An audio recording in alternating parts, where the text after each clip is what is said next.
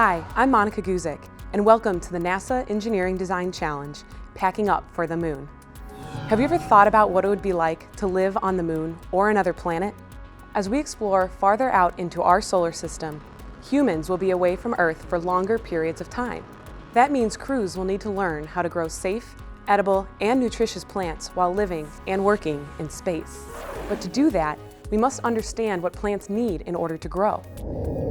Here on Earth, we have sunlight, oxygen, soil, and water. However, on the moon or another planet, none of those may exist. So how do humans living on the moon, say for 3 months, grow plants if there's no sunlight, oxygen, soil, or water?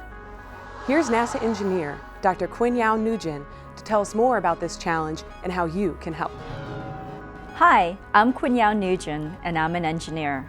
I'm so glad that you've agreed to join NASA in helping us solve a very challenging problem. For humans to have enough food during long-distance space missions, we'll need to grow plants while living and working in space.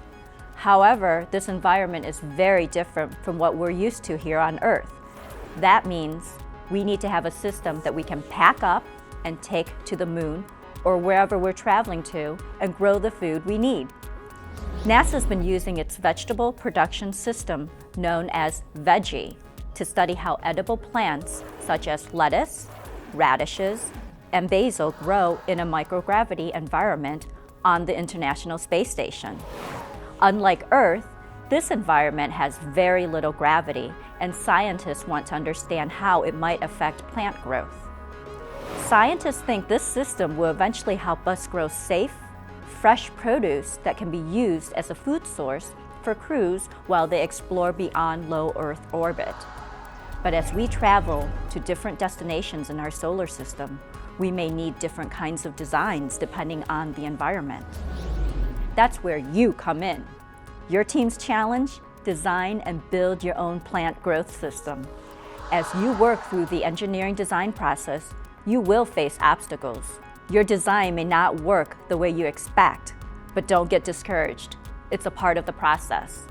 And most importantly, you'll be building the skills and knowledge to help solve challenging problems in space and on Earth. Thank you, Quinn-Yao. Now here's your assignment. NASA engineers have developed a plan for a lunar outpost. The station will be located near the lunar South Pole and will be occupied by 2 astronauts on a 3-month mission. Room on the lunar lander will be extremely limited. Therefore, all items must be designed to take up minimal space. Each of your teams must design and build your own plant growth chamber. Your model must not exceed a mass of 50 grams and a stowed volume of 1,000 cubic centimeters when on the rocket. Can be any shape when deployed. However, the volume of the deployed plant growth chamber cannot exceed 1 million cubic centimeters. May or may not be connected to the lunar habitat when deployed. However, it must provide a way for astronauts to have access to the chamber. And must use a system of expansion from its stowed shipment package on the rocket to its final deployed structure on the moon. Now it's your turn. Be creative.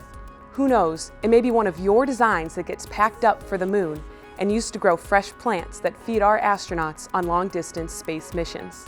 I can't wait to see the designs your teams create. Good luck.